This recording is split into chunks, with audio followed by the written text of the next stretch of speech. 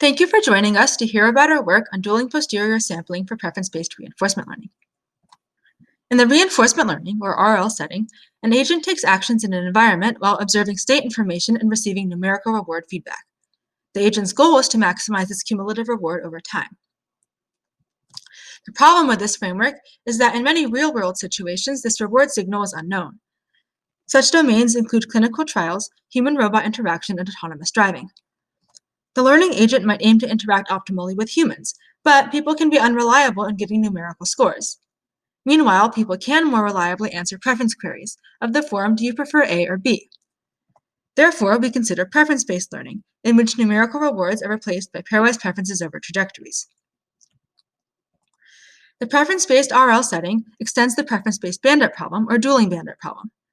This setting is defined by a space of actions and a function phi specifying the probability that one action is preferred to another.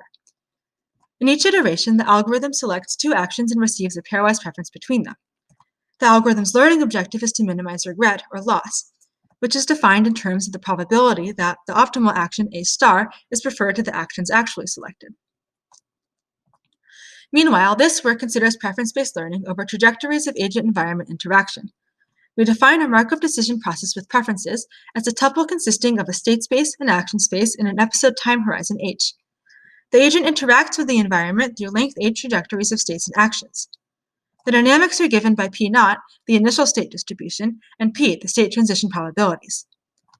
The function phi defines the probability that one trajectory is preferred to another.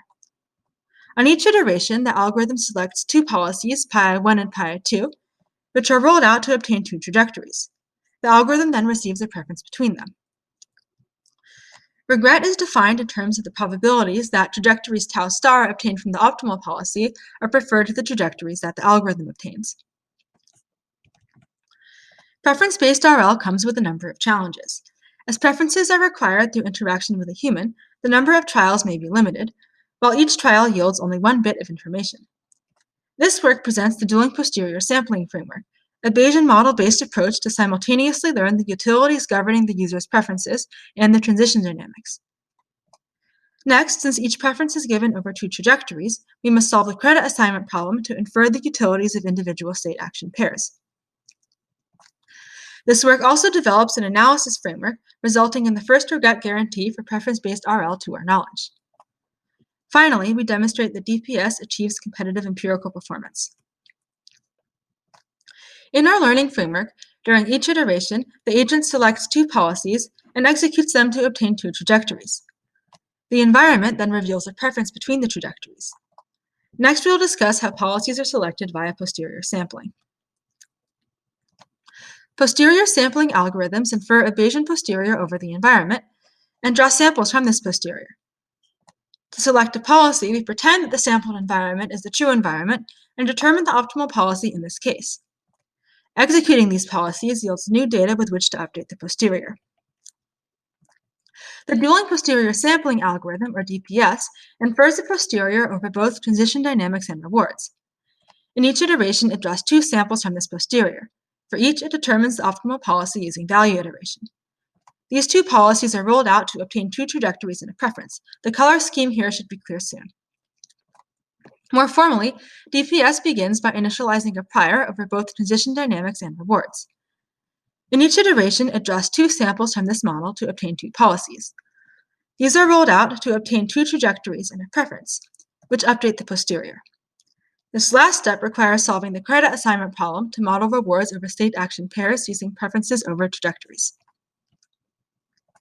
To illustrate DPS, we consider the case with only one state. This reduces to the dueling bandit setting, in which DPS is equivalent to self-sparring, a state-of-the-art algorithm for posterior sampling with dueling bandits.